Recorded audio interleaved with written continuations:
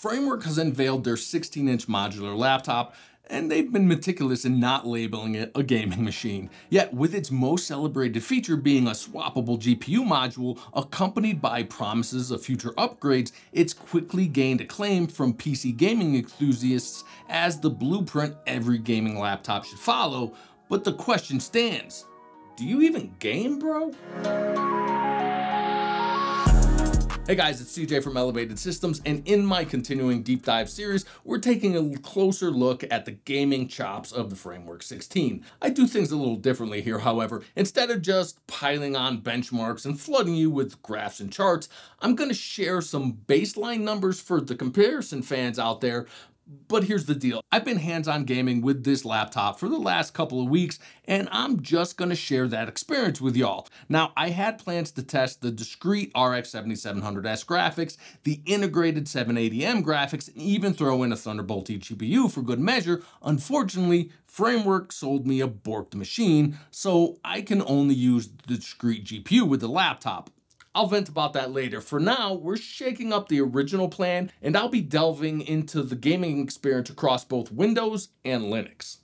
Let's start with the specs of this system we're tackling today. I've got the top tier Framework 16 equipped with the Ryzen 9 7940HS and sporting the RX 7700S graphics module. I've included 32 gigabytes of DDR5 5600 memory and 5 terabytes of storage across two M.2 SSDs. It's a dual boot system with both Windows 11 and Ubuntu 22.04 LTS installed by the book using Framework's own guide. The setup cost me a cool $2,760, but if you strip away my extras like the expansion base shell, the numpad, and the excess of storage, you're looking at a $2,500 investment for a similar pre-built Framework 16. My testing rig was straightforward, the laptop itself and a mouse. All the screen capture was handled externally by my desktop, tapping directly into the laptop's GPU output. I'm currently on the AMD graphics driver 24.1.1, Smart Access Memory and HyperRX is enabled. I did use the Adrenalin automatic OC tuning to get an extra 200 megahertz out of the CPU. However, I quickly ran into problems, so I undid that. All right. Let's dive in and quickly deal with the charts. When we look at a few synthetic benchmarks, the blue bar represents peak performance when plugged into AC power. This gives us a solid baseline, putting this laptop on par with the likes of an i7-13700H and RTX 4060 equipped machine, similar to the Gen 8 Lenovo Legion Pro 5i. The only exactly equipped rival at present is the Asus TUF G16 Advantage Edition. According to TimeSpy scores, my Framework 16's highest score lands at 17th for the Ryzen 7940HS and RX 7700S combo, with the Asus models holding the 16 spots above it. Switching to battery power, best performance profile shown by the red bar, there's an average performance drop of about 40%. And I also threw in the results from an equally priced desktop gaming PC for comparison. Moving on to gaming benchmarks, several slightly older AAA titles can hit or hover around 60 FPS at native resolution on high settings, offering smooth gameplay as the 1% low suggests. On battery, performance dips by 35 to 50%, leading to less than ideal gameplay, full of stutters as indicated by the shaky 1% lows. Comparing Windows to Linux, we can see at the bottom of the chart that Cyberpunk 2077 runs identically on both, but Shadow of the Tomb Raider lags at 26 FPS across multiple Proton versions and native play. Red Dead Redemption 2 got stuck at the launcher and wouldn't even launch despite my efforts. These Linux results are a bit rough around the edges as I couldn't get Mango HUD to run despite hours of trying, including manually building from source and individually installing every dependency. It might stem from the Framework's canonical OEM kernel because I've run Mango HUD and all these games smoothly on Ubuntu in the past. And a quick look at the Framework 16 versus a similarly priced desktop gaming PC. Now, a gaming laptop needs to be able to drive its own display at its native resolution, or it's not much of a gaming laptop. So the goal was to test every game at 2560 by 1600 at the highest setting possible while achieving at least 60 FPS for casual games or at least 120 for competitive games. Again, There's no overlays for Linux performance metrics, and while I'm not a professional pixel peeper, I can tell when a game is performing significantly better or worse. Also, unlike Windows, Linux, or probably more specifically Wayland, refused to mirror a 1600p display to my 1400p capture setup, so we had to pivot to plan B. And just a heads up, I didn't test every single game on Linux as I did on Windows, but I got through most of them. I'm going to walk you through the results alphabetically. Let's dive in and see how they fared. Kicking things off with Apex Legends, I cranked up to the native resolution and dialed in the settings for a balance of performance and eye candy. Testing in the firing range, the game was looking sharp and playing smooth. It's common for lower end GPUs to experience a bit of a roller coaster ride with FPS as you zoom across different landscapes, and there were moments when the frame rate took a dive below our 120 FPS target. A quick tweak of a few settings smoothed things out without dimming the visual fireworks too much. The end result, a solid 135 FPS, and even with the 1% lows hitting 85, the gameplay remained pretty slick. Shifting to Ubuntu with the settings unchanged, Apex kept its cool, running just as smoothly with no noticeable drop in performance. In Baldur's Gate 3, I started with the standard settings, and while the frame rate was decent, it wasn't quite hitting our FPS target. Turning on FSR quality mode made a noticeable difference, pushing the average FPS to a smoother 76. It meshes seamlessly with this game, and on the 188 PPI display, it's practically invisible. The result was gameplay as smooth as Elven Silk with an average of 88 FPS, and the story was the same on Linux. The performance was indistinguishably smooth.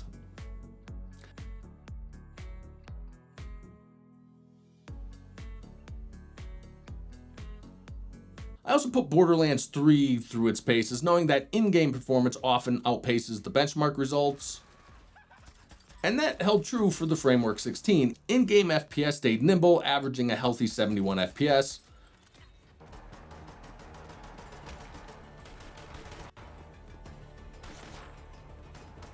Over on Linux, despite stepping into a level bathed in daylight, which stretched view distances farther, I'm confident in saying the average FPS remained comfortably north of 60. Next is Warzone. In full disclosure, I did enough first-person shooting in my former occupation. I don't play realistic first-person shooters. Normally, I'd have my son run these benchmarks for these games, but with him tied up, it was on me this time. I activated FSR 3 to performance, dialed in some lower performance-centric settings, and jumped in. My tour of duty lasted about a minute, but in that time, the FPS soared past 120. As I switched to spectator mode, there were 0 red flags in game performance, suggesting that the competitive gamers among you could definitely vie for the top spot with this laptop. However, that's a Windows-only statement. Thanks to anti-cheat restrictions, Warzone is a no-go on Linux. Turning our sights to another competitive shooter, Counter-Strike 2, I kicked things off with the high preset. The FPS was impressive, matching or even surpassing the 165Hz refresh rate of the display, all well above my 120 FPS target. But curiosity got the best of me. I wanted to push for peak performance at native resolution. After switching to the low preset, the FPS hovered around a lofty 200 mark.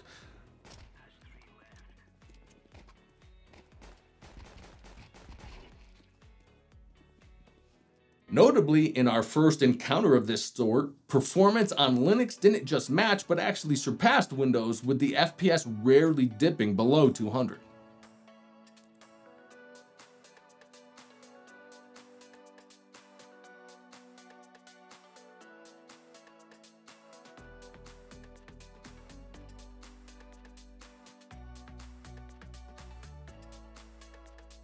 Cyberpunk 2077 is also one of those games where the benchmark tends to show you the grim side of performance, but the in-game reality is a bit more forgiving. However, make no mistake, FSR is a must for a smooth ride in Night City.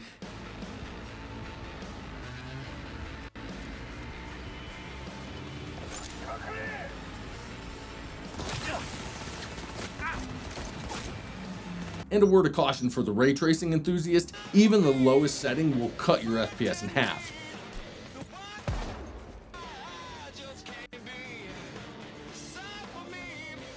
When it came to the Linux test, it matched Windows, running just as effectively.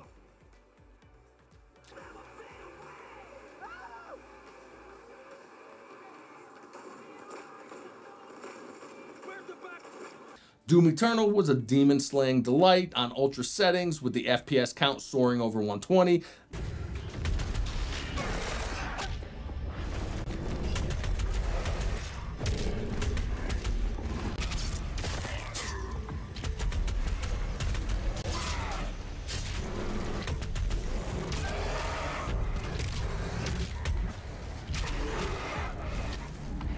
That is until ray tracing entered the arena, slicing performance significantly. Still, it managed to keep the FPS above the 60 mark.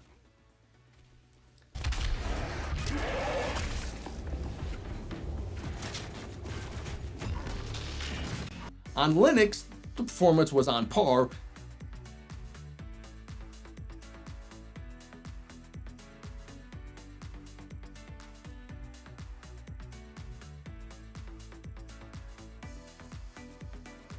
until ray tracing stepped in and, well, caused a bit of havoc, crashing the game repeatedly.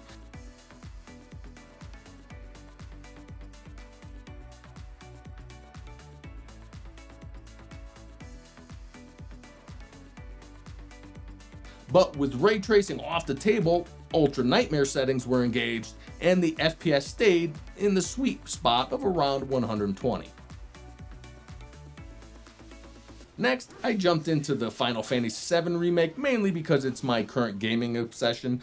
The Framework 16 couldn't quite keep up with the max 120 FPS at top settings, but it wasn't too far off the mark, delivering a pretty solid average of 92 FPS. Fortnite took its turn, and with my son still unavailable, it was up to me to run it through its paces. On DX12 with medium settings, I was cruising around the map with a decent 80 FPS,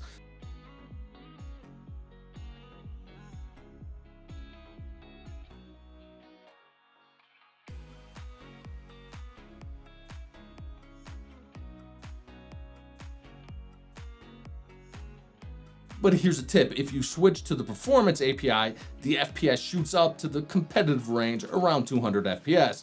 Bear in mind though, this anti-cheat bound title is a Windows exclusive feature.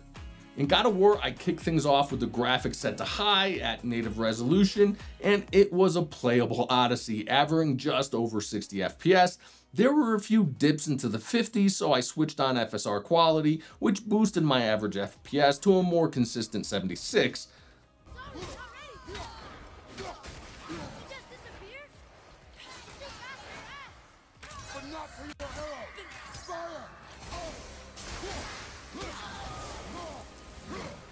The tale was similar on Linux. While FSR didn't make a dramatic leap in FPS, it did iron out the gameplay, smoothing over any micro stutters to a level imperceptible to the mortal eye. Halo Infinite stepped up to the plate with an average of 77 FPS on the high preset. While it put up a good fight, it couldn't quite reach the 120 FPS average on low at native resolution. Nonetheless, the performance was still stellar enough to keep you in the thick of the intergalactic action.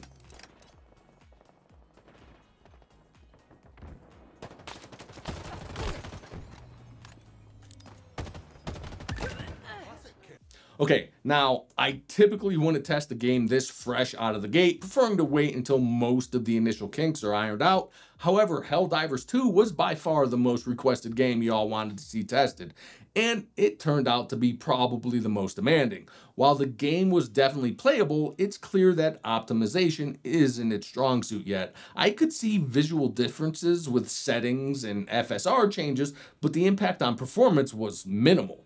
There were some wild framework fluctuations, making it the choppiest ride out of all the games I tested, but I still managed to complete a few missions and squish a good number of bugs.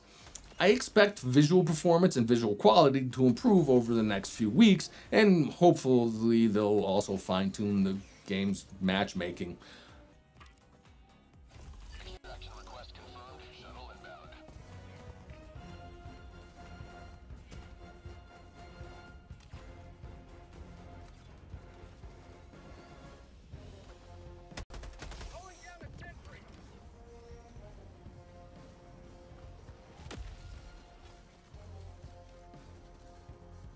And while I know Helldivers 2 does work on Linux, as a buddy of mine is playing it on a Steam Deck, I hit a roadblock with the anti-cheat system on Ubuntu and couldn't get past it.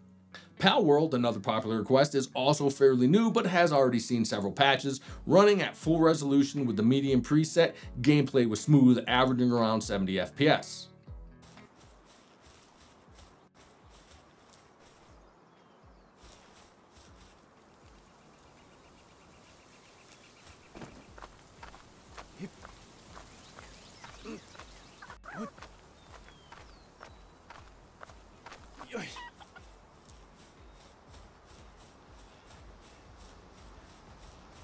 On Linux though, it initially felt like it was underperforming and not quite reaching that 70 FPS mark, but still remaining playable. However, upon reviewing my footage later, I realized I had actually set it to high preset. A quick retest on Windows confirmed my suspicions. The high preset indeed led to a noticeable drop in performance, with FPS dipping into the 40s. Starfield, set to the medium preset, delivered a near 60 FPS performance, making for a very playable experience in this expansive game.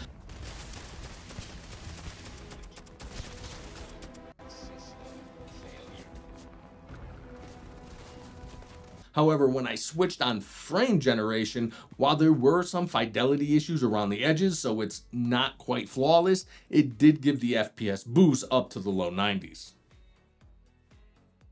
In the final game on the list, The Last of Us Part 1, simply using the auto settings didn't quite hit the mark.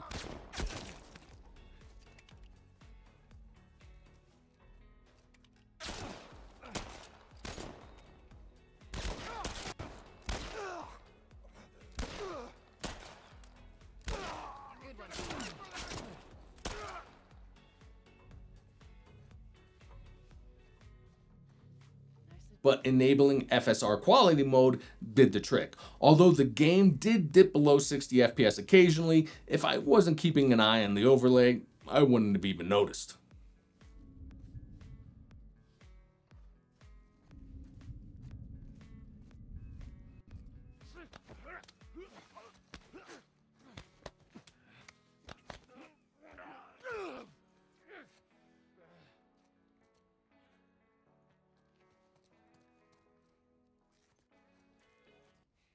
So from the demon-slaying highs of Doom Eternal to the spacefaring adventures in Starfield, this laptop proved it's got the chops to handle a diverse lineup of games. While it's clear that with a little tweaking and FSR magic, smooth gameplay is within reach for most titles, there are some exceptions like Helldivers 2 that remind us that it's not all smooth sailing. When it comes to the Windows vs Linux showdown, it's a mixed bag. While some games like Counter-Strike shone brighter on Linux, others like Warzone and Fortnite were strictly Windows territory due to anti-cheat or performance quirks. All in all, the Framework 16 stands its ground as a versatile gaming companion, ready to tackle both the latest hits and the classics across platforms. However, there are of course a few caveats. A common question I get is about the noise level. Well, as expected from a gaming laptop, the Framework 16 does make its presence known audibly. The cooling system is highly effective, keeping the CPU below 95 degrees and the GPU under 75 degrees Celsius during gaming loads, but it does get loud in the process.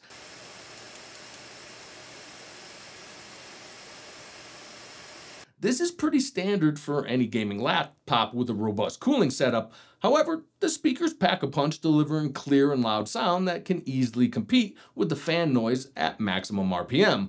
Dialogue, effects, and music came through clearly, though the soundstage leans heavily on midtones without much in the way of bass response or any spatial audio. While they may not replace a good headset, they'll certainly do in a pinch. Let my daughter go right now! She's a thief, Hellspawn, and you will wait for Korva's judgment. Now get back! Oh!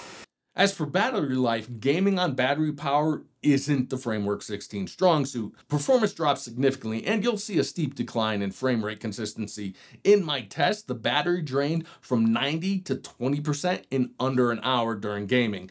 Even plugged in, the 180 watt charger struggles to keep up during intense gaming sessions, leading to the laptop drawing power from the battery. After about 8.5 hours of gaming, the battery dipped to 20% and performance took a hit.